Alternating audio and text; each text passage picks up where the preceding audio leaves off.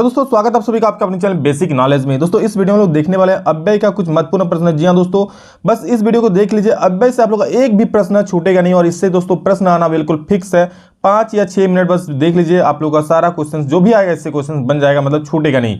तो चलिए देख लेते हैं। बिल्कुल 5 नंबर का नहीं, ये तो यहाँ पर शायद गलती से लिखा गया होगा, चलिए कोई दिक्कत नहीं, लेकिन इससे क्वेश्चन आप लोग का फिक्स आएगा। चलिए देख लेते हैं क्या क्या क्वेश्चन आएंगे, लेकिन उससे पहले एक छोटे से मोटिवेशनल कोट हम लोग देख लेते हैं कि न थके कभी पैर न हिम्मत कभी हारी है, न थके कभी पैर न हिम्मत कभी हारी है, हौसला है जिंदगी में कुछ कर दिखाने का और इसलिए सफर अब भी जारी है। और इसीलिए दोस्तों अभी तक आप लोग रात में जाग कर पढ़ रहे हो कि कल का एग्जाम आपका अच्छा जाए, इसी आशा में मेहनत कर रहे हो। जुनून है, जज्बा है, साहस है और यही दोस्तों बिल्कुल चाहिए लक्ष्य को अच्छे से हासिल करने के लिए। तो बिल्कुल मेहनत कीजिए, जुनून से जुड़ जाइए और पढ़िए। चलिए देख लेते हैं क्या है क्वेश्चन है इसमें और हम लोग इसको कैसे इसका आंसर करेंगे।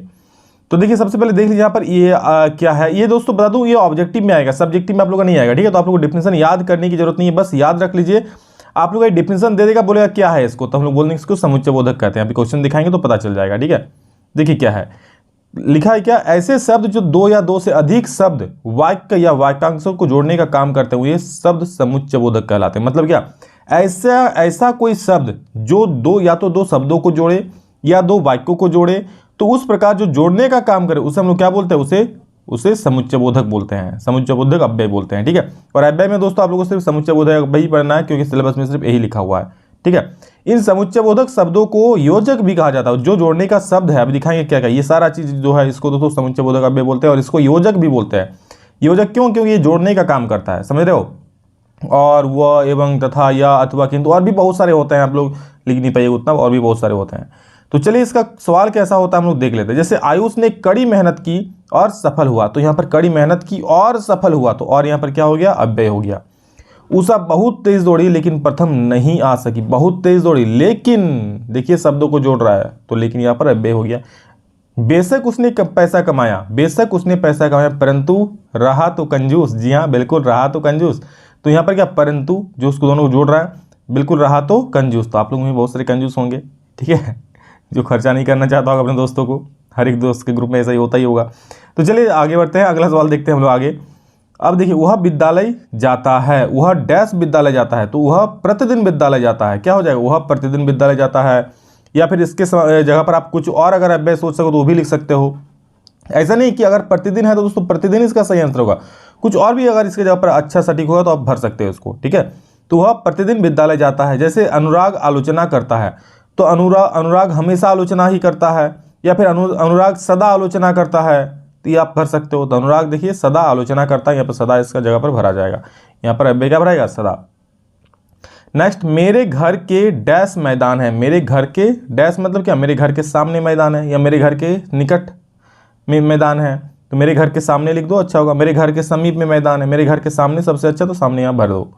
आगे देखो क्या है, डैश तुमने अच्छी तरक्की की, वाह तुमने अच्छी तरक्की की, ठीक है। क्या बोलोगे, वाह तुमने अच्छी तरक्की की। या फिर बोलो अरे तुमने अच्छी तरक्की की, तो अरे उतना सुटेबल नहीं हो जा रहा है, तो यहाँ पर वाह लिख दो ना, कि वाह तुमने अच्छी तरक्की की, तो वाह यहाँ पर हो जाएगा। बिल्कुल इसी प्रकार दोस्तों रहेगा, ब्लैंक आपको 4 ऑप्शन दे देगा, उसमें आपको भरना पड़ेगा। आप लोग मॉडल में देख चुके होंगे। देखिए रिक्त स्थान की पूर्ति अव्यय पद, उसके जितना सारा क्वेश्चन मैं बता रहा हूँ दोस्तों ये प्रीवियस ईयर क्वेश्चन है, तो हो सकता है एग्जाम में पूछने की संभावना है, तो उसको जरूर देख लीजिए।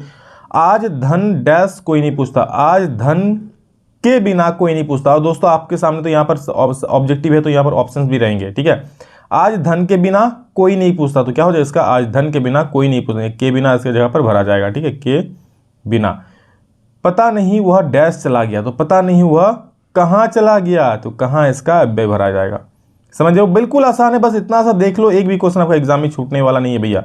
डैश कहाँ से बदबू आ रही है, तो बोलोगे उह कहाँ से बदबू आ रही है, उह कहाँ से बदबू आ रही है, तो ओह यहाँ पर हो जाएगा। नेक्स्ट, अब अरे भाई साहब काहे वैसा करते हो।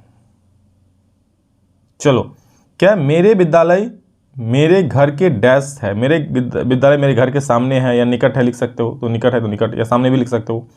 अच्छे चरित्र जीवन डैश निरर्थक, अच्छे चरित्र के बिना, सुटेबल हो रहा है ना, अच्छे चरित्र के बिना जीवन निरर्थक, यानी के बिना यहाँ सही उत्तर हो जाएगा। अगला है, भारत की सभ्यता डैश संस्कृति प्राचीन है, मतलब भारत की सभ्यता और संस्कृति प्राचीन है, तो यहाँ पर क्या भरा जाएगा, और भरा जाएगा। बिल्कुल इसी प्रकार के आसान क्वेश्चन है ये सब। मैं उसके विचारों से सहमत हूं, मैं उसके विचारों से बिल्कुल सहमत हूं, या फिर कह सकते हो मैं उसके विचारों से हमेशा सहमत हूं, मैं उसके विचारों से सदा सहमत हूं, कुछ भी आप यहां पर लिख सकते हो अच्छे से। डैश बोलो कोई सुन लेगा, मतलब धीरे धीरे बोलो कोई सुन लेगा, ठीक है, तो धीरे धीरे इसका हो जाएगा। नेक्स्ट क्या है, वह डैश आलोचना ही करता है। ये सारे जो क्वेश्चन मैं आपको दिखा रहा हूँ ये सारे प्रीवियस ईयर क्वेश्चन है, और ये जो अभी आपको दिखाया ये सारा आप लोग का कुछ मॉडल पेपर से है, कुछ प्रीवियस ईयर क्वेश्चन से है, ठीक है। आगे देखिए क्या है कि वह आलोचना करता बता दिए सदा। अब देखिए बच्चा देर तक सोता है, तो यहाँ पर कर सकते हो कि बच्चा बहुत देर तक सोता है, ठीक है। तो इस प्रकार अव्यय होगा। कुछ मॉडल पेपर के क्वेश्चन पे हम लोग देख लेते हैं।